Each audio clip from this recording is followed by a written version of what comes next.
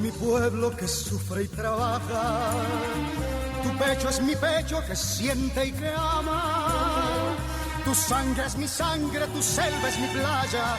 Tu lucha es mi lucha por ser siempre nada. Tu puerto es mi puerto de barcos piratas.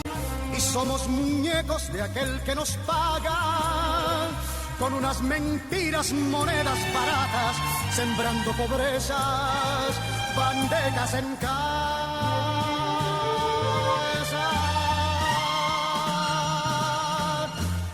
Yo quiero un pueblo que ría y que cante. Yo quiero un pueblo que baile. Muy buenos días a todos nuestros queridos radio escuchas. Les hablamos desde su programa Voces de la Soberanía. El programa Voces de la Soberanía es auspiciado por la Convergencia Nacional Boricua, CONABO, y el Movimiento Diálogo Soberanista de Puerto Rico. Me acompañan en la mañana de hoy los comoderadores Juan Carlos Martínez Cruzado. Buenos días, Juan Carlos. Buenos días, Carlos. Buenos días a todos los que están en la mesa y buenos días a todos los radioescuchas. El comoderador Gabriel Andrés Rodríguez Fernández. Buenos días, Gabriel. Muy buenos días a los que nos acompañan y a todos los que nos escuchan. Y el comoderador Agustín Irizarry Rivera. Buenos días, Agustín. Buenos días. El objetivo de este programa, Voces de la Soberanía, es educar al pueblo sobre la valía y los beneficios de la soberanía para Puerto Rico. No quisiera iniciar sobre los temas del día sin antes felicitar a los compañeros del Movimiento Independentista Nacional Ostosiano, quienes tuvieron un programa fantástico hasta hace unos minutos, muy informativo sobre las vistas que ocurrieron en Cabo Rojo sobre el proyecto Esencia. El tema del día para nosotros es las promesas de la gobernadora González Colón sobre cambios en el sistema de electrificación, y esas promesas han ido devolucionando, caminando para atrás según el tiempo pasa, y quisiéramos hablar un poco al respecto de eso. Así que tenemos con nosotros a quien entiende el significado de algunas de estas propuestas, y es el doctor Agustín Irizarry Rivera. Así que, ¿cuáles son las primeras promesas que tú te puedas acordar? Yo sé que la lista es larga, que esta señora que está ahora en la gobernación de Puerto Rico hizo, posiblemente para el tiempo en que estaba compitiendo previo a la primaria del Partido Negación Puertorriqueña, sobre el asunto de Luma y el sistema de electrificación de Puerto Rico. La lista sería mucho más corta si es de lo que ha cumplido. No, allí la lista sería un poco inexistente, pero bueno. Bueno, la diferencia entre la candidata Jennifer González y la gobernadora Jennifer González en el asunto eléctrico es significativa. No con la trayectoria usual. Ella estaba amarrada al metano desde mucho antes. Y su abrazar de nuevo el metano junto a Josué Colón y los que están en el Comité ese de Energía, pues eso es consistente con lo que había dicho en el pasado. La inconsistencia grave viene con el asunto de fiscalizar a Luma. Fue ella muy cuidadosa todo el tiempo de siempre hablar de Luma y nunca de Genera. Porque Genera es el que está amarrado a quemar el combustible fósil y ese nunca lo mencionó. Ahora sí hablaba de que el contrato de Luma había que revisarlo. Primero dijo que estaba bien, después dijo que había que revisarlo, después se acercó más a que amenazas como que lo estamos velando, que vamos a poner a quien fiscalice, porque el que estaba fiscalizando no fiscalizaba nada, que era verdad, porque terminó trabajando para Cuanta el que se supone que Pierluisi puso a fiscalizar, que era Francisco Berríos Portela. Pero ahora, una vez gobernadora, pues se desboca hacia el metano apoyando a Genera y ciertamente abandona todo toda representación de que iba a fiscalizar a Luma en algo, pones a Josué Colón en la alianza público-privada y básicamente lo que haya hecho Josué Colón, que es escribirle cartas a Luma, pues no ha hecho más nada, es toda la fiscalización que hemos visto. No, los indicadores de mejora o peora de Luma se mantenían igual, o sea, la cantidad de apagones se ha mantenido más o menos la misma, la cantidad de interrupciones se ha mantenido más o menos la misma, la cantidad de quejas por bajo voltaje se han quedado más o menos igual. Luma sigue cambiando postes, que es la única actividad que yo veo ocurriendo, un mínimo de desganche. Y bueno, hemos tenido buen tiempo porque estamos todavía saliendo de la Navidad y no ha apretado todavía el calor, es un año bastante fresco. Según se acerca el verano, pues veremos las limitaciones que tiene Luma en general nuevamente. En el caso de la gobernadora no ha cumplido con nada lo que dijo con relación a la fiscalización. Luma tiene sus otros problemas internos, yo creo que los hablaremos en algún momento.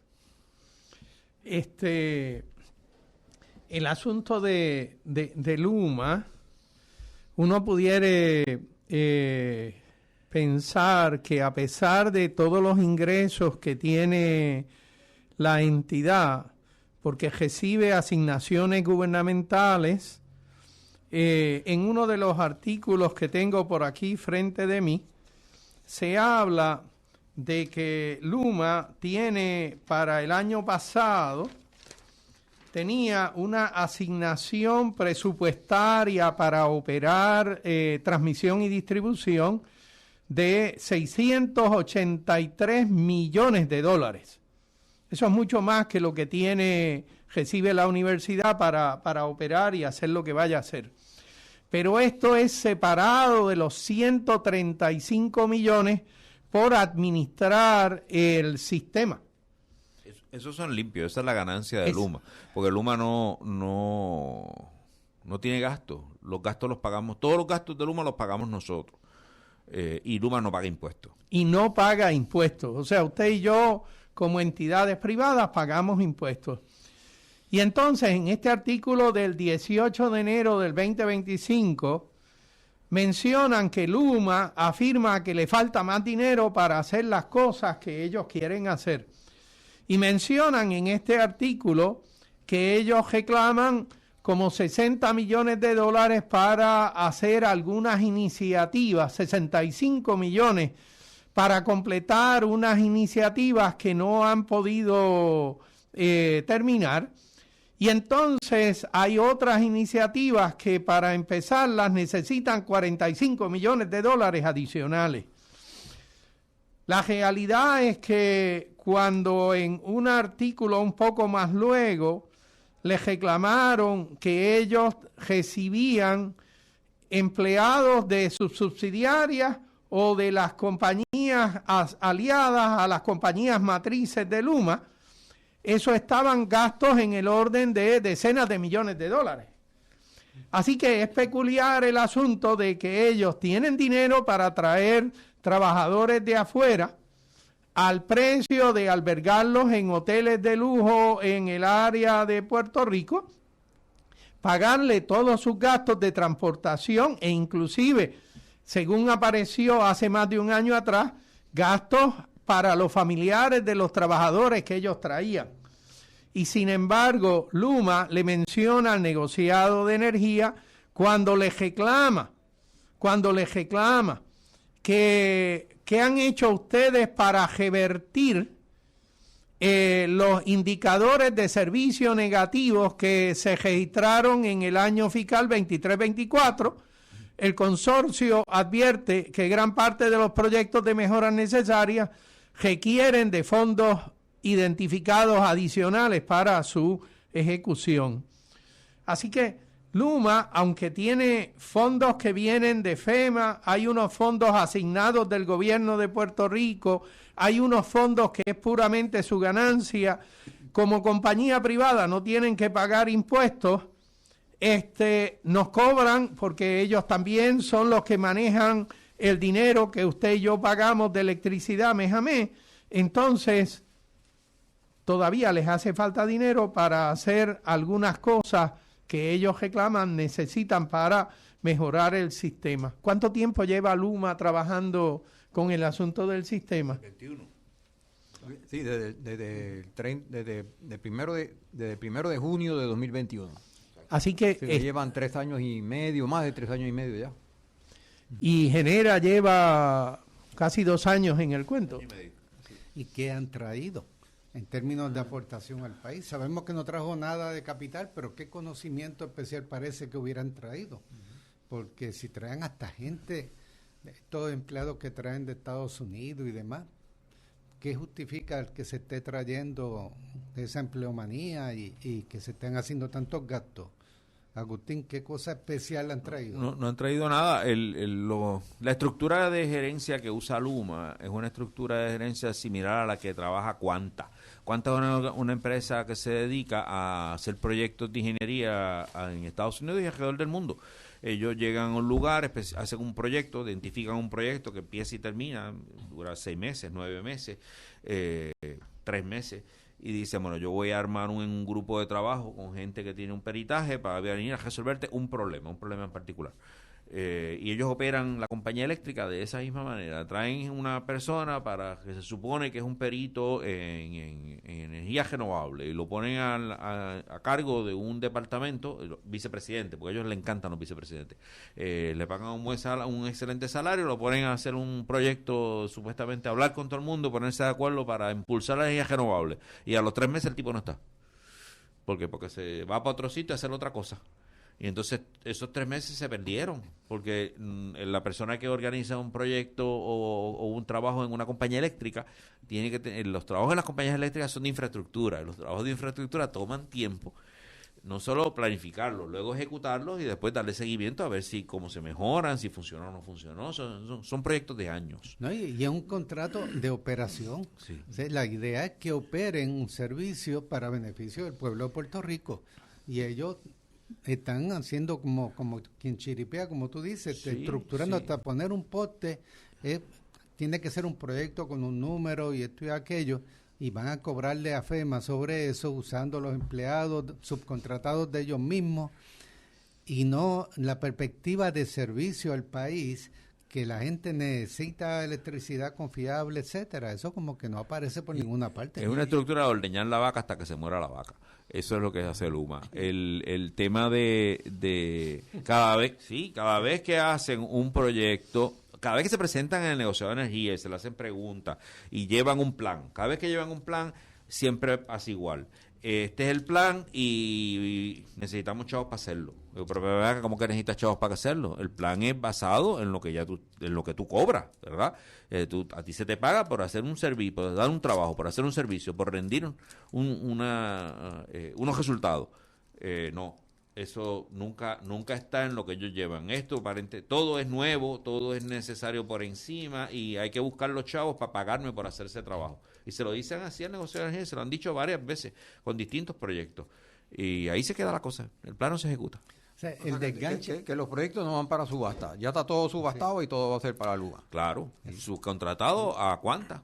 Y el desganche, por ejemplo, que es una actividad que en Puerto Rico tiene que ser continua, que era continua, aunque no le asignaban suficiente presupuesto bajo energía eléctrica, pues para ellos son contratos y subcontratos millonarios por hacer esta actividad en este sitio, de esta fecha a esta otra fecha. Después vuelve lo que vuelva al Matojal, ellos es otro contrato. Y que con un plan absurdo, el plan de desganche de Luma, el último que le presentaban al negociado en junio del 2024, hace 8 o 9 meses, el plan era para una cantidad de millas de desganche, que si tú veías, si ellos iban a hacer esa cantidad de millas de ganche todos los años, ellos regresaban a la primera línea. Hoy desganché esta línea, ahora en el 2024, vamos a pensar en que era el 2024, desganché esta línea en el 2024. La cantidad de millas que tienes que seguir haciendo era tan corta, tan pequeña, que volvías a la primera línea que desganchaste en 52 años. O sea, el ciclo de poda de Luma es de 52 años. Eso es lo que se atrevieron a presentar al negociado de energía. O sea, bajo la Autoridad de Energía Eléctrica, el ciclo de poda de las líneas era entre 1 y 2 años. O sea, tú podabas una línea hoy y al año se supone que ya estuvieses allí otra vez dándole mantenimiento de nuevo. Pues si tú cogías la cantidad de millas que hay que darle mantenimiento y lo dividías entre el número de millas que ellos iban a hacer todos los años, el ciclo de poda era de 52 años. Una cosa absolutamente absurda. O sea, eso no se puede defender de ninguna manera. Eso fue lo que se atrevieron a presentar la negociadora de energía. La negociadora de energía no los multó, ni les rechazó el plan. Se quedó mudo. No ha dicho nada todavía. Déjame hacer otra preguntita aquí. Las dos compañías, Luma y Genera, que como bien mencionas, o sea, cada solución de un problema, ya sea poner un poste o cortar una hoja de un palo, es un proyectito nuevo que me lo tienes que pagar la parte administrativa, la contratación, los trabajadores, los aparatos que voy a usar para el asunto, porque Luma ha traído camiones nuevos que la autoridad no tenía. Y traen camiones que vienen de las subsidiarias de ellas, de Qantas, porque el país se ven muchos camiones de Qantas que caminan por allí. Entonces, me da la impresión de que camina de forma similar. Yo tengo este proyectito y ahora lo propongo ante el negociado de energía. Ya sea voy a poner plantas termoeléctricas nuevas, las que llaman cold start, o voy a reparar las que están viejas, que no están funcionando. Esto es un proyecto nuevo que yo voy a hacer. Y esto pues lleva un número de millones de pesos para hacer el asunto. Yo me pregunto si estas dos privatizadores no están tratando de arreglar el asunto de manera tal que ellos se van arreglando para quedarse dando estos servicios año tras año. En las llamadas plantas termoeléctricas, las personas que trabajaban allí de la Autoridad de Energía Eléctrica eran gente que eran especialistas. Yo sé que este tubo lleva a tal cosa y tengo que estar pendiente porque ese es mi trabajo. Y entonces, claro, eran puertorriqueños trabajando para puertorriqueños, entrenados en Puerto Rico durante décadas para que tuviéramos un sistema de electrificación confiable. Y ahora me da la impresión de que estos dos privatizadores lo que hacen es planificando cómo le hago yo para quedarme aquí por un tiempo bastante largo. No es tan solo lo que aparece en papel de los contratos, es otra cosa, un poco más allá. Con ayuda de la gobernadora, porque tu primera pregunta sobre los cambios de la gobernadora, lo más reciente que yo vi que estaba diciendo sobre Luma, es que como el sistema está tan débil, Luma no se podría ir, que hay que mantener a Luma hasta que haya arreglado el sistema. Y entonces, ¿para qué entonces se va a ir después? O sea, que no lo va a hacer nunca, no lo ha estado haciendo. Y en el caso de Genera, la misma historia, se le contrata para que dé de baja, para desmantelar unas estaciones, para ser sustituidas por energía renovable. Se ha dedicado a aumentar la capacidad de generación por encima de la que había, que ya era suficiente, pero toda con gas metano. ¿Y cuál es el planteamiento de la gobernadora? Siempre es pero hay que aumentar la capacidad, más termoeléctrica. Bueno, mi pregunta era, no sé si ustedes tienen esa impresión de que hay algo de cómo le hago para mantenerme chupando de la teta de esta vaca. En estos días hubo un anuncio de un cambio en el contrato de Genera. Genera tenía un contrato que decía que cualquier ahorro que Genera produjera en la compra de combustible se iba a repartir 50% para Genera y 50% para nosotros. Eso era un mal negocio desde el principio, porque antes cualquier ahorro en la compra de combustible bajaba 100% a nosotros cuando se ajustaba la cláusula de ajuste por combustible. Los que pagan por el combustible que son los consumidores. Nosotros. O sea que si tú ahorras combustible, todo me lo debes pasar a mí, porque cuando el combustible sube yo lo pago completo, ¿verdad? Eso era lo que teníamos bajo la corporación pública. Pues eso lo entregaron en el contrato. O sea, es un mal contrato porque yo perdí de inmediato, yo y ustedes, los que están en la mesa, los que están escuchando, perdimos la mitad de cualquier ahorro que nos íbamos a ahorrar, lo perdimos porque en el contrato se lo entregaron a Genera. Y la totalidad de cualquier aumento la seguimos pagando, porque no es que cortan las dos direcciones, cortaban en una sola dirección, en contra de nosotros. Pues, ¿qué pasó? pues lo hicieron peor recientemente. Entró Josué Colón, el zar de energía, y la gobernadora González, ¿y qué hicieron? Fueron donde Genera y le dijeron, vamos a estimar los ahorros que todavía no han ocurrido. O sea, alguien se sentó con una bola de cristal o con una cuija y se inventó que iban a haber ahorros de tanto. ¿Cómo tú puedes saber cuántos ahorros vas a tener en el futuro? Nadie lo sabe porque el mercado fluctúa. Pues se inventaron una cantidad y entonces dijeron, una cantidad grande, estimaron 800 y pico de millones de ahorros que Genera iba a producir mágicamente, de nuevo. No ha producido ninguno, pero mágicamente iba a producir una cantidad.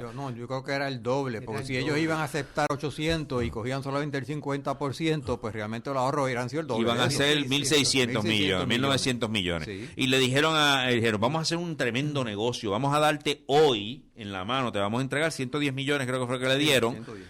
Garantiza, para que te salgas del contrato. O sea, básicamente le pagaron 110 millones a New Fortress, porque es el dueño de Genera, para regresar a lo que teníamos bajo la corporación pública, que es que los ahorros y los gastos los seguimos pagando nosotros. O sea, les regalaron 110 millones con la excusa de que se iban a ahorrar muchísimo más, una cosa bárbara. Ese es el gran logro que ha hecho Josué Colón y la gobernadora González, ¿okay? Regalarle 110 millones que los pagamos nosotros a Genera por unos ahorros que nunca existieron y que no hay forma de saber si alguna vez se iban a dar. ¿Okay? Así que, o sea, que realmente, si se hubieran dado, ¿verdad? Digamos que ellos hubieran ahorrado 200 millones y el contrato decía 50 para ti, 50 para mí. Ok, Genera recibe 100 millones, el pueblo de Puerto Rico recibe 100 millones. Y ahora decimos, bueno, vamos a darte lo que vas a ahorrar desde ya. Bueno, pues yo puedo coger los 100 millones que me dieron porque lo ahorraste y dártelo. Pero no había ningún ahorro. No solo eso. Ahora yo, Genera, no tengo ningún incentivo, absolutamente. Tengo cero incentivo para ahorrar. Claro. Y yo soy el que te vendo el combustible.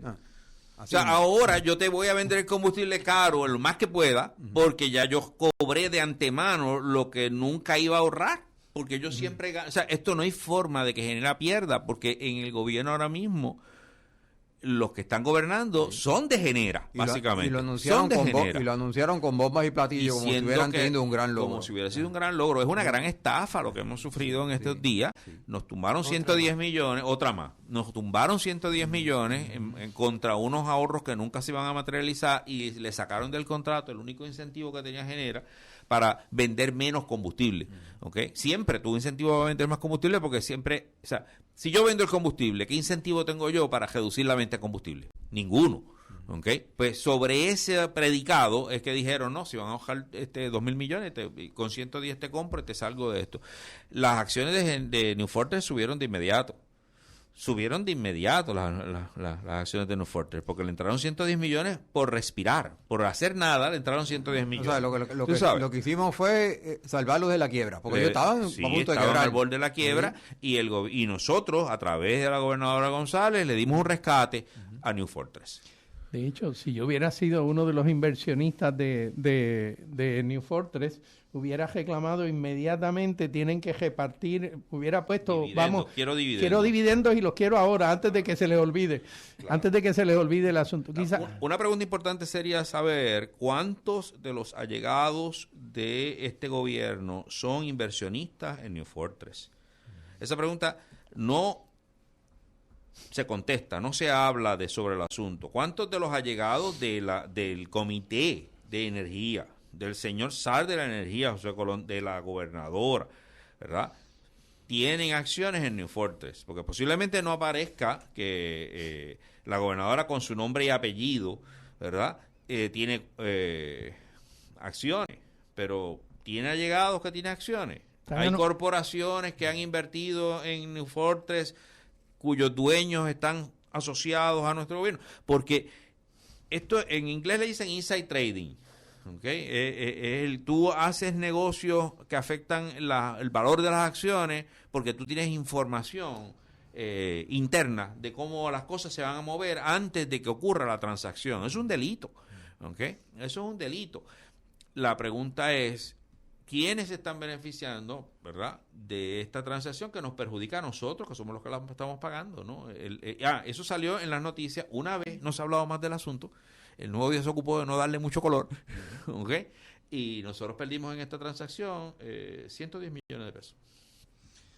Yo creo que la próxima pregunta es un poco casi ilusoria de mi parte, me diría un buen amigo de nombre Luis Torogoico.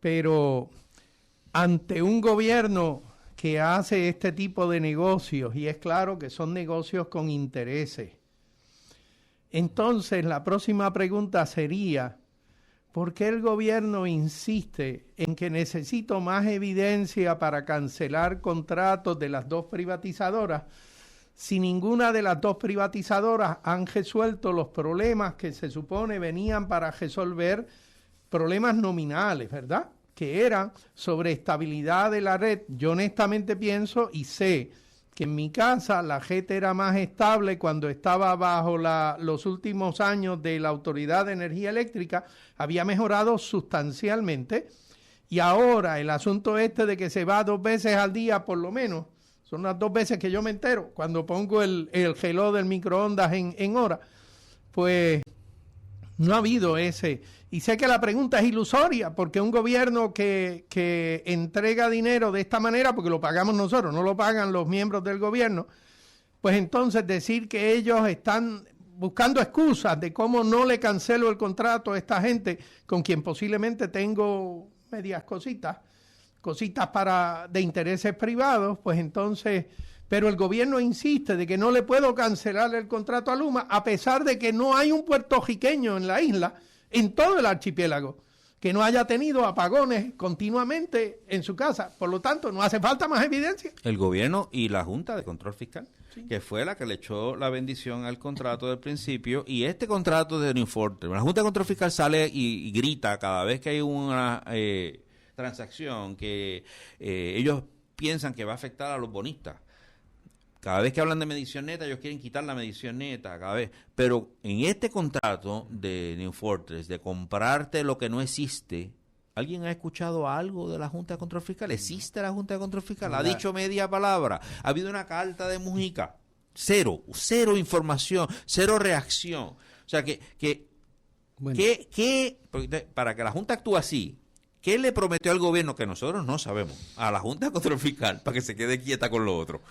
Bueno, este programa, ¿o son inversionistas? También, esos son otros. Ellos mismos tienen igualas allí. O son inversionistas. Sí. Pero, pues, como recordamos de vez en cuando, este programa Voces de la Soberanía educa sobre las ventajas de la soberanía, pero principalmente lo que tenemos de frente son los costos de la colonia. Y salir de los costos de la colonia es una de las grandes ventajas de la soberanía.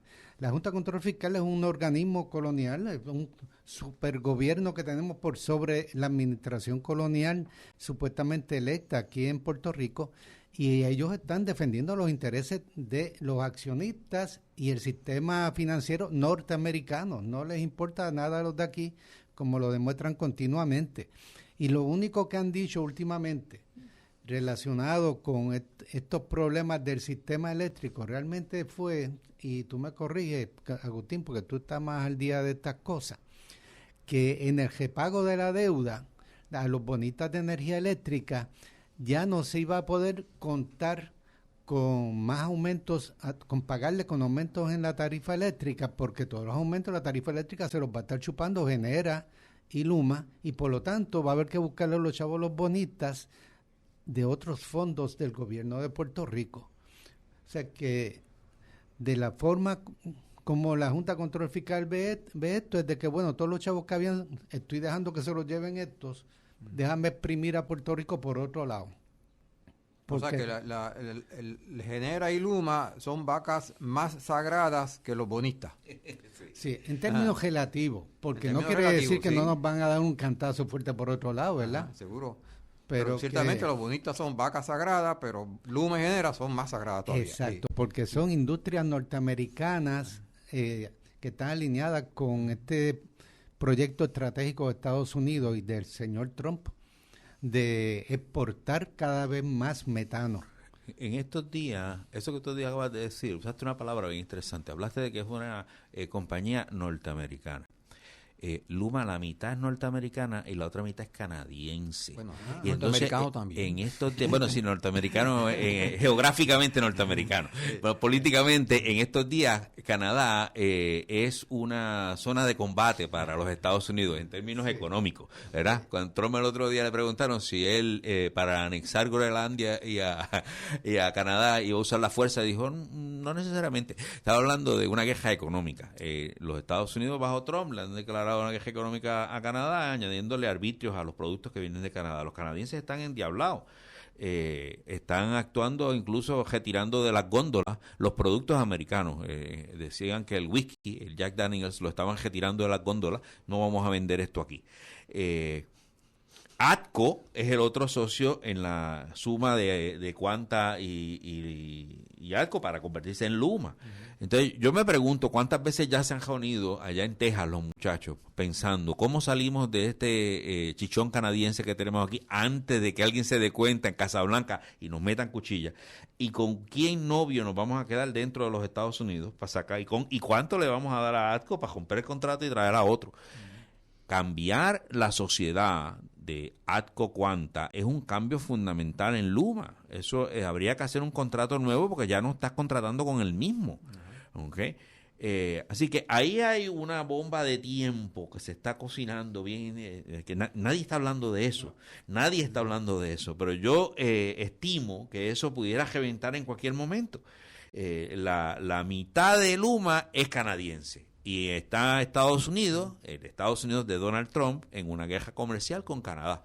¿Cuánto tiempo le va a dar, cuánto tiempo logrará permanecer bajo el radar y qué consecuencias va a tener eso? Todavía no lo sabemos. Eso es interesante, aunque en Canadá hay unas elecciones pronto y podría eso recrudecer o quizás minimizar la guerra que existe en estos momentos, guerra tarifaria y de todo tipo menos de balas. Sí, pero no, yo esperaría que lo que haga sea radicalizar al nuevo gobierno canadiense, porque los canadienses, pueblo canadiense, que está furioso con Trump, con esos vecinos del sur que son tan problemáticos,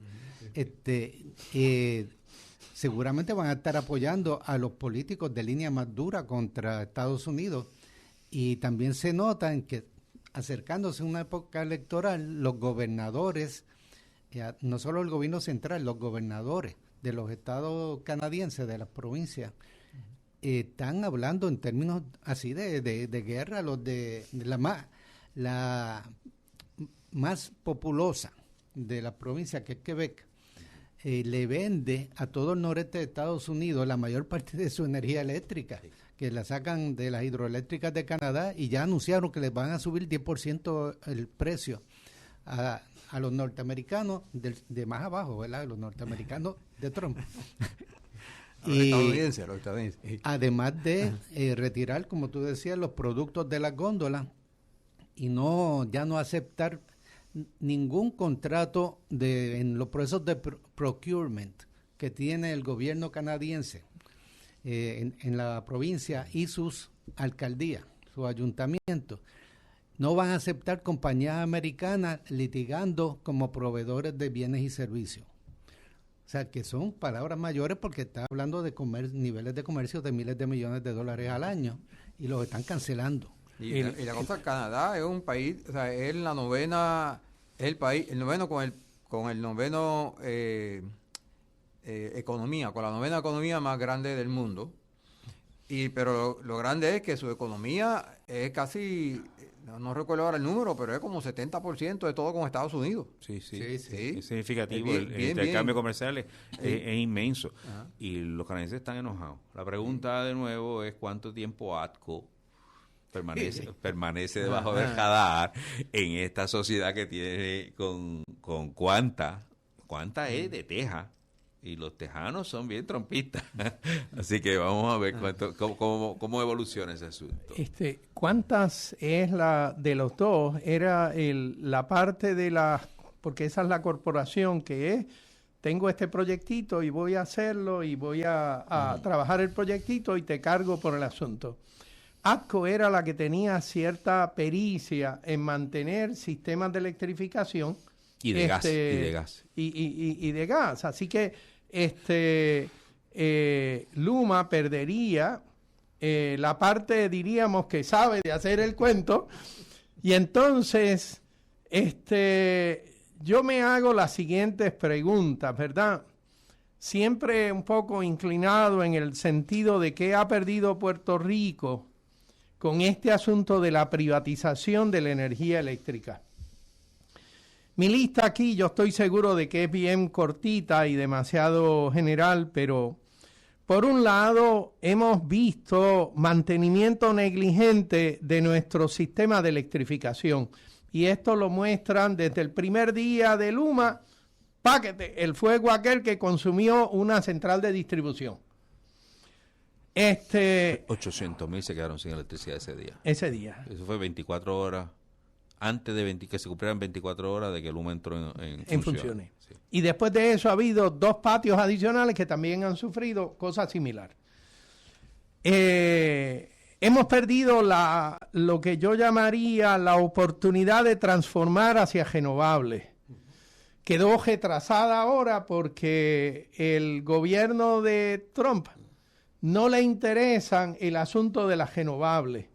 Y hay artículos del New York Times que dice Estados Unidos queda atrás respecto de todos los países, diríamos, del primer mundo, en lo que se refiere a la instalación de sistemas de energía renovable. De hecho, prohibió que el gobierno federal asista, promueva, financie sistemas renovables. Decía el artículo del New York Times que Inglaterra, cuyo desarrollo industrial fue basado en la extracción de carbón de piedra, para el desarrollo industrial, la última de las centrales termoeléctricas operando con carbón, la autorizaron no hace mucho porque es la última que queda, las otras están buscando a ver cómo las reemplazan. Así que Puerto Rico en ese sentido pierde una oportunidad única por posiblemente 3 o 4 años, con excepción de lo que están haciendo los individuos, los que ponen pagando de su lado o con un poquito de ayuda o un préstamo o lo que sea, poner placas solares y demás en los techos de su casa y comprar las baterías pertinentes. Nosotros perdimos también de cumplir lealmente con los jubilados de la Autoridad de Energía Eléctrica. Ahorita ustedes mencionaban qué era lo que dijo la Junta de Control Fiscal sobre el asunto de cómo le pago a los abonados y qué sé yo. Y por primera ocasión en meses mencionaron que había que ver cómo se sacaba el dinero para pagarle a los jubilados de la Autoridad de Energía Eléctrica, porque era uno de los compromisos que aparecían en los bonos originales. Tercer cosa que nosotros perdimos es un cuerpo de obreros diestros en todos los aspectos del sistema de electrificación de Puerto Rico. Y eso lo vemos día a día. La gente de Luma, lo lamento, hay gente de buena voluntad allí que tratan de trabajar lo mejor que pueden, pero la realidad es que no fueron adiestrados para hacer el trabajo que tienen, y la jefatura principal de Luma no tiene, perdonen la expresión, puta idea de lo que están haciendo allí. Y la quinta cosa que nosotros hemos perdido es que el gobierno de los Estados Unidos, el actual, no ayudará a la migración a renovables.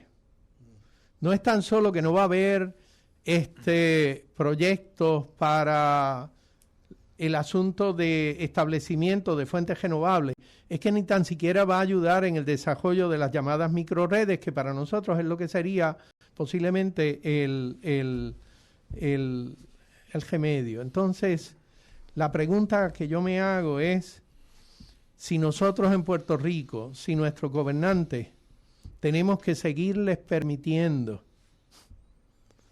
que todo lo que hacen en cuanto al sistema de electrificación va en contra de nosotros.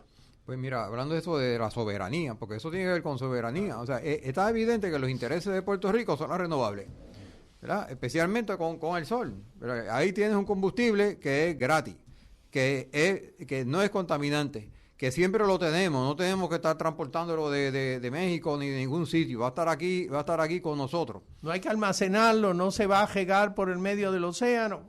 Pues, y es gratis. Entonces, evidentemente, el interés del pueblo de Puerto Rico es que nuestro combustible principal, si podemos hablar de uno principal, ¿verdad?, sea el sol. Pero ¿cuál es el interés principal de los Estados Unidos? Pues la venta de combustibles fósiles. Bueno, pues eso es lo que está pasando aquí. Y está pasando aquí porque el presidente de los Estados Unidos lo quiere, y está pasando aquí porque nuestra gobernadora, que por ser nosotros colonia, pues ha sido elegida utilizando una metodología, un sistema de elecciones y de campaña política que está sesgado a favor de producir gobernantes que respalden. De hecho, cuando llega el momento de juramentar, tienen que juramentar no solamente para el pueblo de Puerto Rico, tienen que juramentar la Constitución de los Estados Unidos, ¿cierto? ¿Verdad? Entonces son gobernadores, no son presidentes. Es una del país. administración colonial. Sí, es una administración colonial, sí. O sea, tenemos entonces ese problema. Nuestro gobierno no es nuestro. Es una administración al servicio de la metrópoli. Agustín, en las circunstancias en que nosotros miramos estas cosas, ¿verdad?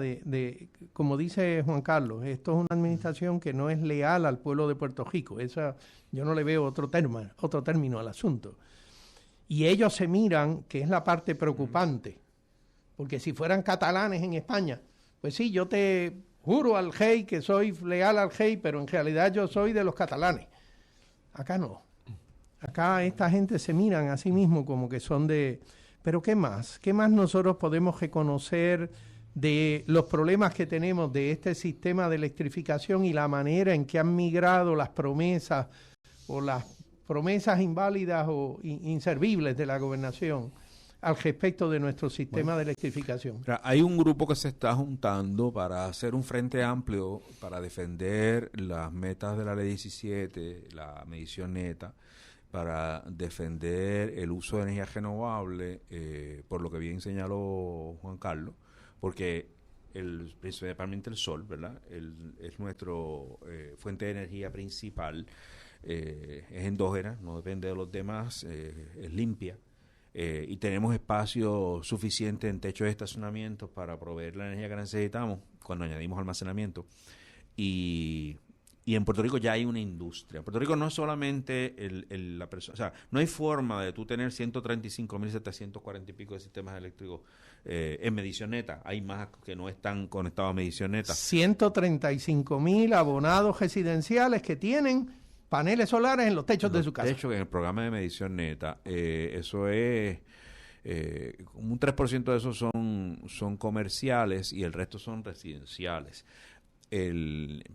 Básicamente el 10% de los hogares en Puerto Rico ya tienen un sistema solar fotovoltaico conectado a medición neta. Tú no alcanzas eso sin una industria detrás de eso. O sea, aquí ya hay una industria de instaladores, hay una industria de suplidores de equipos y de técnicos de reparación y técnicos de reparación. Tubería, breakers que son de sistemas DC en lugar de sistemas AC. Antes en Puerto Rico tú ibas a comprar un breaker DC y en la ferretería te decían yo no vendo eso. Yo no sé ni qué es eso ya existe disponible en el mercado de Puerto Rico, y no todos vienen unos de Estados Unidos, otros no vienen de Estados Unidos. O sea, batería vienen de todas partes del mundo. Aquí cuando se hizo el estudio PRS-CNS, los gringos estaban fascinados cuando nosotros le entregábamos data de los sistemas que habían en Puerto Rico, porque decían, pero es que aquí hay baterías que no llegaron de Estados Unidos. Digo, sí, porque el mundo es grande y hermoso. Nosotros, los comerciantes puertorriqueños salen del país y compran en otro sitio, igual que pueden hacer los americanos. Ellos presumían que el único sitio que le podíamos comprar una batería era a los americanos. Y si la batería venía de Turquía, primero tenía que pasar por Estados Unidos antes de llegar aquí. Digo, eso no es cierto. O sea, y aquí hay una industria y hay un movimiento grande que incluye muchos sectores. A menudo esos sectores no estamos del todo de acuerdo. Aquí hay sectores que quieren poner sistemas solares en fincas, y los que creemos que deben ser en estacionamientos y techos, pues chocamos con ese grupo, aunque los dos sean de energía renovable. Pues hemos comenzado a hablar todos los grupos, para ver cuál es el mínimo común denominador que podemos tener para enfrentar este empuje de combustibles fósiles que viene tanto del gobierno de Estados Unidos como del gobierno local.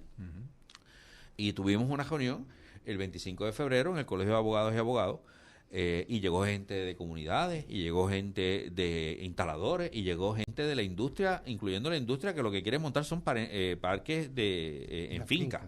Y empezamos a hablar y empezamos a construir un acuerdo de mínimos. Un acuerdo de mínimos. ¿El acuerdo de mínimos cuáles son? Bueno, que las metas intermedias que ahora quieren eliminar en la legislatura para alcanzar energía renovable no se pueden eliminar. Que las metas de eficiencia energética no se pueden eliminar. Que vamos a defender la medición neta. Que no queremos ni vamos a permitir un impuesto al sol. Y así hemos ido escribiendo, ¿verdad?, unos mínimos, y lo estamos circulando en esos grupos. Estamos trabajando sobre eso, a ver si logramos acordar, hacer un pacto de ese Frente Amplio Común renovable, para entonces salir a hablar con alcaldes, con legisladores, con los demás ciudadanos y decirle, en esto estamos todos de acuerdo, vamos a defender estos mínimos. Agustín, repítete otra vez esos mínimos que tú acabas de mencionar, porque me parece que son importantes, que nuestra audiencia esté consciente de que hay gente trabajando en Puerto Rico por esto. Nosotros tenemos ahora, tenemos 7 cosas que hemos escrito, están en discusión. Pues lo que tenemos son borradores. Nos juntamos por primera vez hace 2 semanas. Y hemos seguido trabajando editando ese documento para ahora circularlo. Por ejemplo, tenemos una reunión el lunes en donde vamos a discutir ese documento.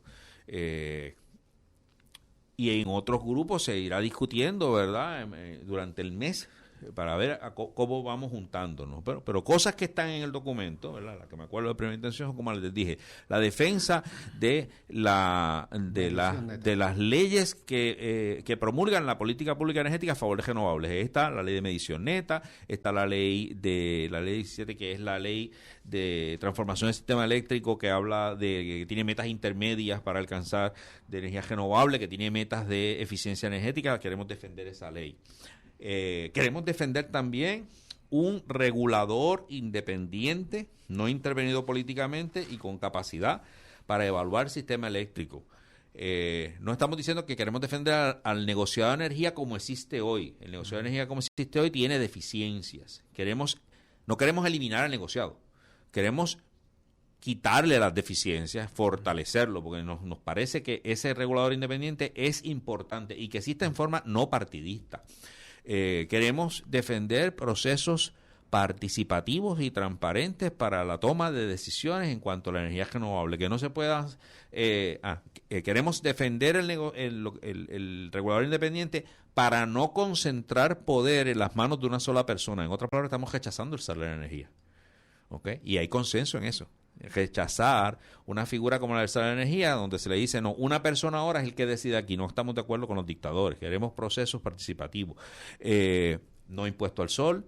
Y especialmente cuando esa persona pudiera ser un alcahuete puesto políticamente allí, que no tiene idea de nada de la parte técnica, y esa es la parte de su gran deficiencia, pero que la persona ni el que lo nombró estaría consciente del asunto. O está alineado de antemano con unos intereses económicos específicos. A lo mejor sabe mucho de energía, pero tiene las manos amajadas con...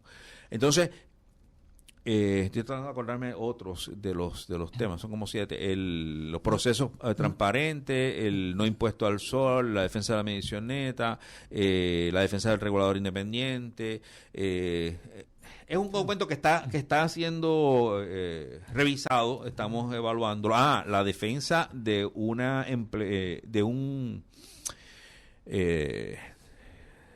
corporación pública no intervenida partidistamente y que tenga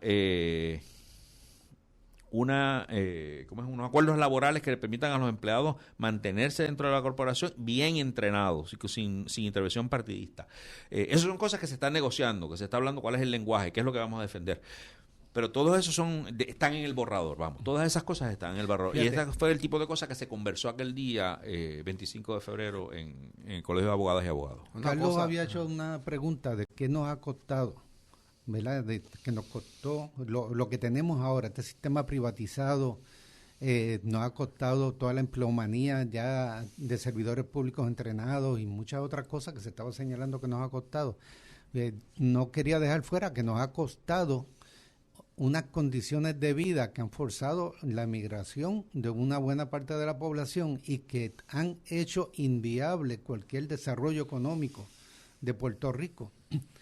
Y todo eso asociado a la implantación de estos intereses norteamericanos en Puerto Rico, mientras que lo que está explicando Agustín es una resistencia en Puerto Rico en defensa de los intereses del mismo pueblo de Puerto Rico, que plantean una línea por donde se puede volver a viabilizar el desarrollo económico y el repoblamiento de Puerto Rico, el ir construyendo un mejor país. Es una aspiración a una soberanía energética, como han proclamado en la Junta.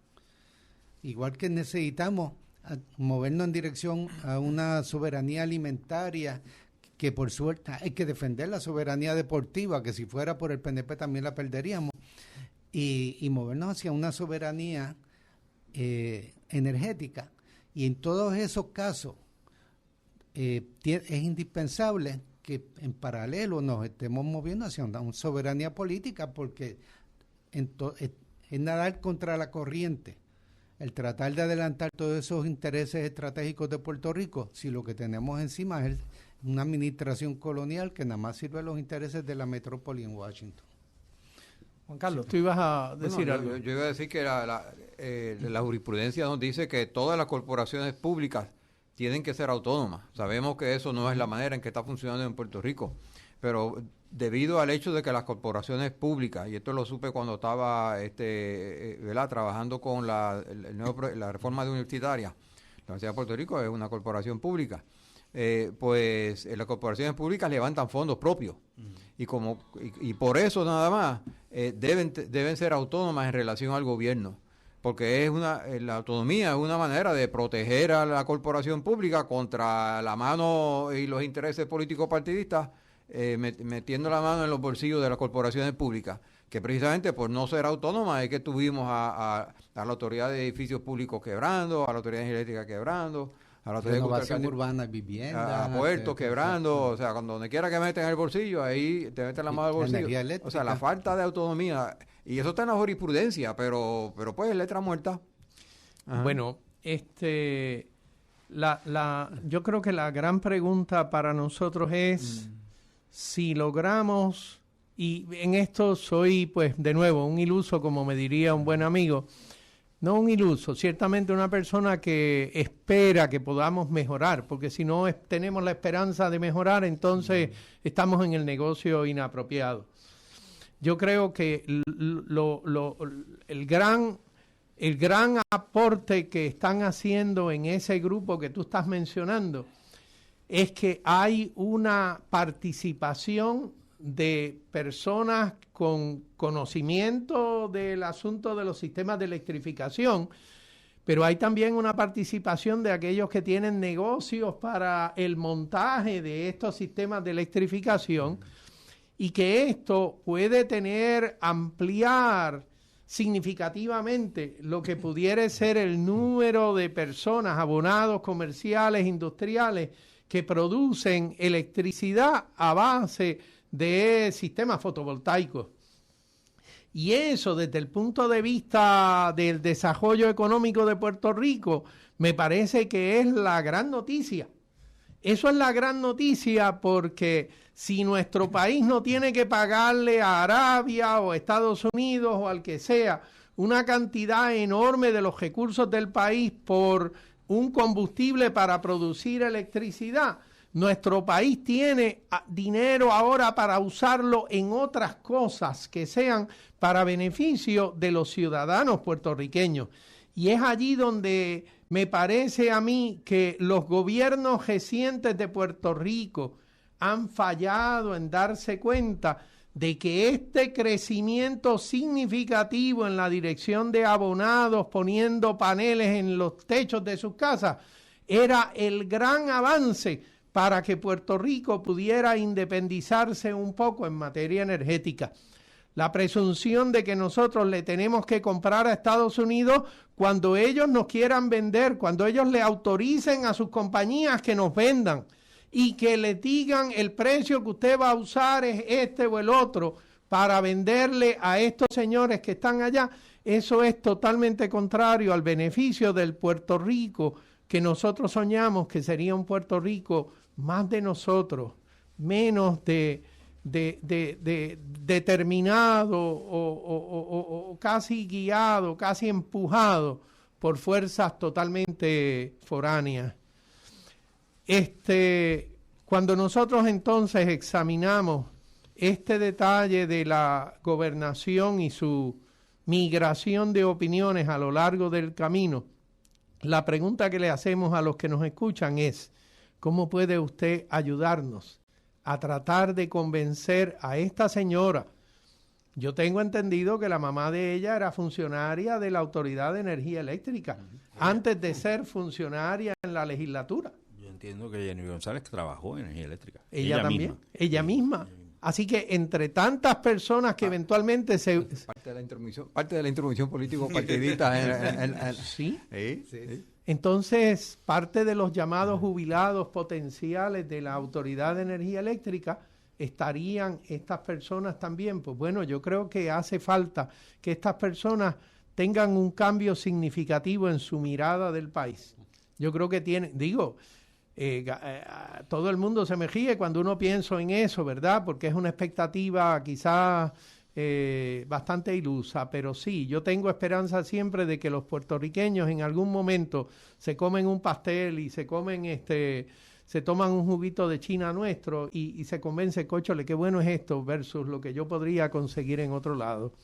Así. Mira, este junte quizás es un poco quijotesco, ¿verdad? Y no sabemos qué resultado va a tener.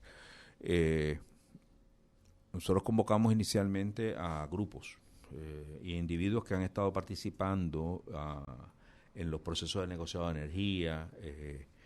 Identificamos organizaciones y empresas que se han ido, que se han presentado de una forma u otra para defender estas cosas que ya describí. Pero esto no se queda en esos grupos, o sea, esto es para echar a correr la bola, para empezar a tener un borrador, para tener un escrito que podamos entonces compartir con individuos y con otros grupos para recibir su insumo y para saber hasta dónde podemos llegar con esto. Así que poco a poco les estaremos dando más información sobre este esfuerzo.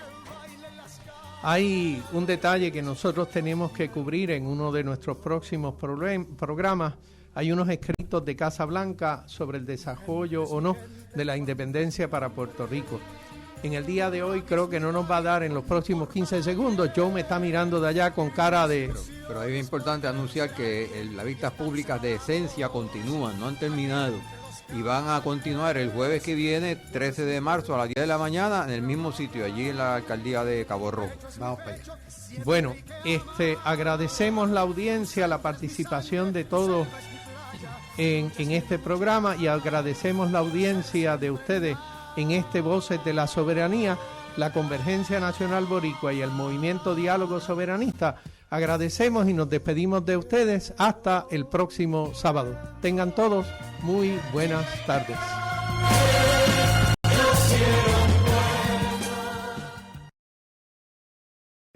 Esta radioemisora y su personal no necesariamente se solidarizan con las expresiones vertidas en el pasado programa. La policía llamó cuando